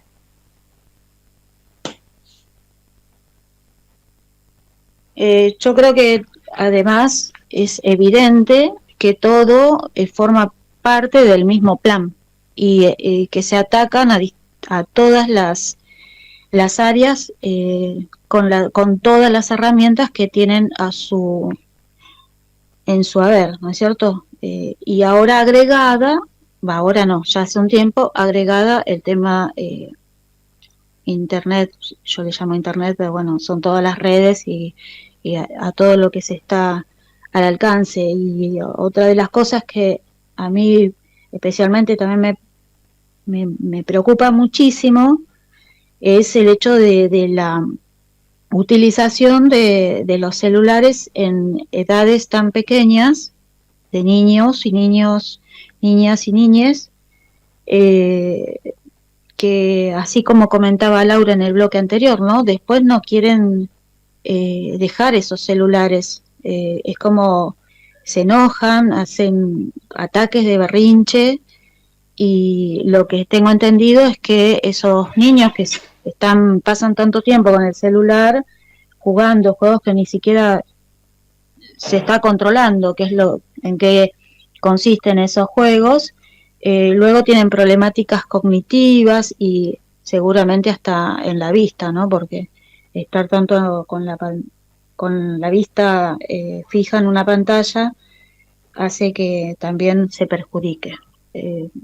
Creo que eso debería ser regulado, bueno, pero todo implica lo mismo que estábamos hablando. Si como Estado no empezamos a hacer un tipo de control, terriblemente esto va cada vez a peor, ¿no?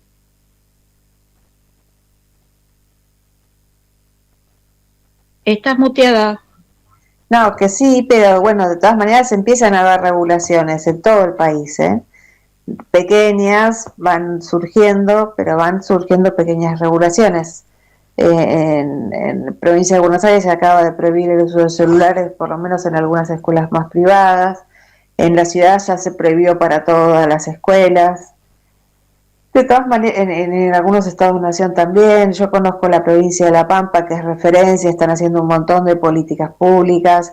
En Chubut también estaban haciendo actividades. Lo que pasa es que las situaciones de urgencia material que suceden en todas las provincias son más urgentes que esto, la verdad. Hay mucha precarización, entonces es difícil accionar con la velocidad. Hace falta para mí muchísimo presupuesto para lograr hacer cosas con esto, pero bueno, no estamos en esta situación, pero hay muchas más regulaciones pequeñas del tipo esta que contaba Laura, de leyes que van a regular, por ejemplo, el grooming o el bullying, ¿no? Todas estas cuestiones se están haciendo de a poco. Bueno, en virtud de lo de los colegios y a nivel educativo, vos habías mencionado uno de los países nórdicos, europeos, y justamente se prohibió el uso de los celulares y demás dentro de las aulas para recuperar lo que es el pensamiento crítico, porque justamente los jóvenes ya no tenían capacidad de análisis. Entonces, bueno, primero vino el apagón y ahora se dieron cuenta de la importancia de lo analógico, digamos, ¿no? Así que ese retomar los países nórdicos, la analogía. Sí, pero ¿sabes qué, Nelly? Se podrían usar los dispositivos digitales de otra manera, ¿eh? No es que lo analógico te asegura pensamiento crítico. El modo de usar lo digital en nuestro país no asegura el pensamiento crítico, en nuestro país y en otros, ¿no? Pero podría perfectamente usarse el dispositivo digital con otras lógicas, software abierto, otras mecánicas de juego, otras opciones predeterminadas, generar una inteligencia artificial con contenidos y entrenadas de la Argentina, por ejemplo, se está haciendo una inteligencia artificial sudamericana o latinoamericana, ¿no? Hay un montón de estas gestiones que podrían hacerse más. El tema es que tienen unos costos y unos valores altísimos y de nuevo aparece el déficit presupuestario para nosotros. Pero de alguna manera no es un tema de analógico digital, ¿no? Es como un tema de cómo se usan esas tecnologías que son actuales.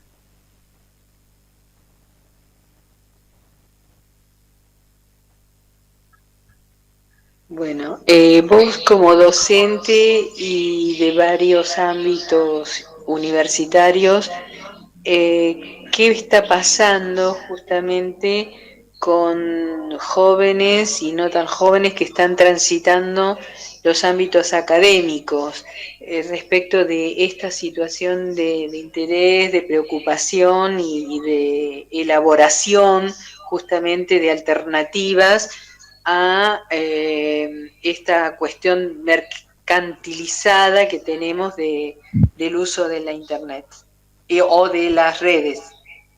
¿Vos decís a nivel universitario qué está pasando? Sí, con la parte de alumnos y demás que están transitando los ámbitos de comunicación, que bueno que vos tenés ahí y demás. Sí. No, depende de las cosas, depende de la carrera. Por ejemplo, en las carreras más licenciaturas hay menos interés de los estudiantes porque muchas veces no deciden por voluntad propia, sino porque tienen que hacer una carrera. No es el caso de comunicación en general. Pero en formación docente hay mucho más deseo puesto en ver educación transformadora, etcétera. En instituciones universitarias está difícil, pero yo creo que tiene que ver por esta transformación histórica que tiene que ver con el trabajo, qué es lo que tenés que saber para poder trabajar, ¿no? Todas estas cuestiones cambian un poco la dinámica universitaria de lo que fue la formación con mucho sacrificio y muchos años, ¿no? Que es como nos formamos un poco todos. Eso no está de moda en términos de sentido común actual, De hecho, desde las tramas de los consumos culturales digitales, los profesores son todos robots en términos discursivos, entonces, y se desprecia la educación. Entonces está difícil por esto, por el tema de la autoridad que tuvo la educación, porque fue funcional realmente en el origen de la Argentina, por ejemplo, ¿no? Era la inmigración que podía insertarse en un sistema de trabajo.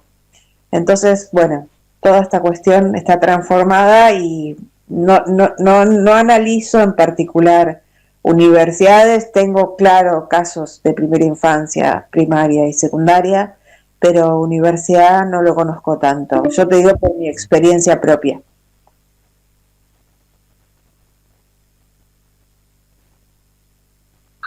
Triste, porque ¿quiénes son los que van a seguir trabajando y estando a cargo de la formación de niñeces y demás? Están en el juego de ajeneidad a lo que es la preocupación mayor de construir, ¿no? Esto es Sí, algo de eso hay, pero bueno, también hay de todo, viste que hay un montón de movimientos de resistencia de jóvenes, hay resistencia de hackers, por ejemplo, hay yo creo todavía jóvenes que siguen generando diferentes resistencias que por ahí tampoco las tenemos tan claras o que quizá no se entienden mucho, el movimiento de artes electrónicas, las artes electrónicas contemporáneas, todo el trabajo de software libre y hardware libre que se usa un montón y están todos los movimientos de resistencia ahí. Los movimientos de derecho al espectro abierto también están ahí, cómo conceder partes del espectro que no sea por una franja del espectro, tal como se asignó el espectro de telecomunicaciones, sino ingresando a las bandas que quedan libres con software. Hay muchas opciones, todavía no son hegemónicas, que eso va a implicar una lucha de poder, yo creo. Implica una lucha de poder mucho más grande. ¿Estaríamos hablando de tecnologías alternativas en este caso? Claro, sí, que son todas de software y hardware abierto. Que son todas cosas que salgan baratas y que si vos aprendes a usarlas, podés tener el mismo acceso de alguna manera a Internet comunitario, a Internet y no estar controlado los datos o usado los datos. ¿No? Porque el problema no es el control, sino es el uso de esos datos de manera ilegal, de alguna manera. ¿No? Porque ilegal, porque no está regulado por el sistema de derecho. Cada vez que aceptamos bases y condiciones y aceptamos cookies, ahí la única ley que podría protegernos, que es la ley de datos personales, se cae.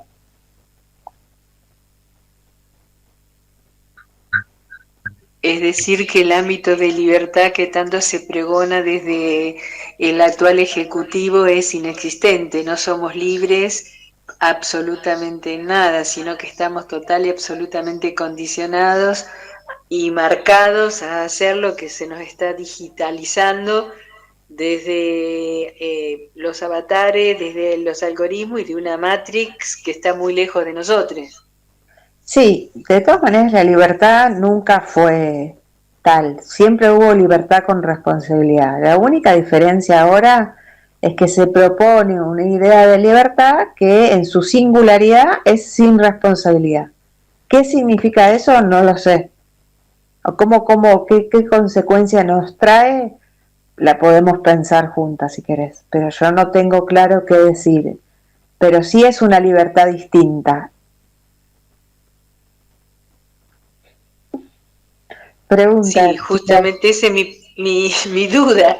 Libertad sin responsabilidad y escuchando discursos oficiales donde vienen justamente a lo que fue hoy, ¿no? Esto de la alerta y protección de niñeces y demás, los vocabularios, los conceptos utilizados en discursos de media hora, una hora y totalmente peyorativos desde las formas humanas hasta la simbología del estado de pie de dos personas, digamos, ¿no?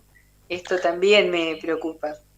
Sí, yo creo que igualmente todo el tema con infancias y juventudes se viene transformando hace más tiempo que esta situación con mi ley particular.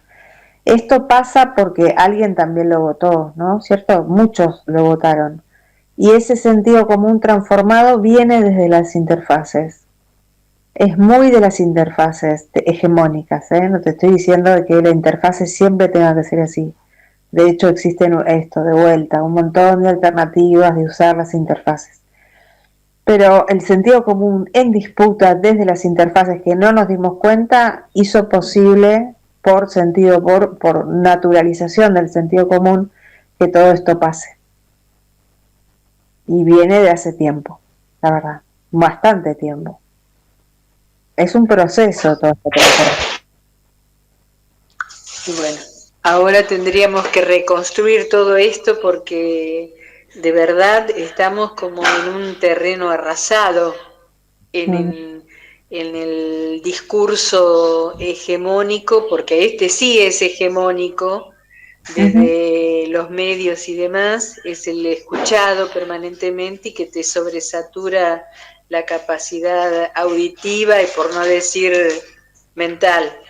Sí. Bueno, esto es algo que tenemos que seguir trabajando, no me cabe ninguna duda. Vos estás justamente con las armas y elementos, herramientas más firmes que las nuestras, y sí sería posible y de alto interés para compartir que nos remitiera la producción que no se dio a publicidad de ese foro, ¿sí? Y poder nosotras compartirlos inclusive con Laura en la diplomatura y todo eso, para que tengamos más elementos y herramientas. Sí, buenísimo. Yo estoy armando con un equipo de psicoanalistas y gente del arte una escuela de consumos digitales cuidados. Es virtual, así que después les paso el link. Se llama Escuela de Consumos Digitales Cuidados, es internacional porque tenemos a docentes de todos lados y la estamos poniendo online ahora, está ya online y los cursos empiezan en abril y es todo curso virtual.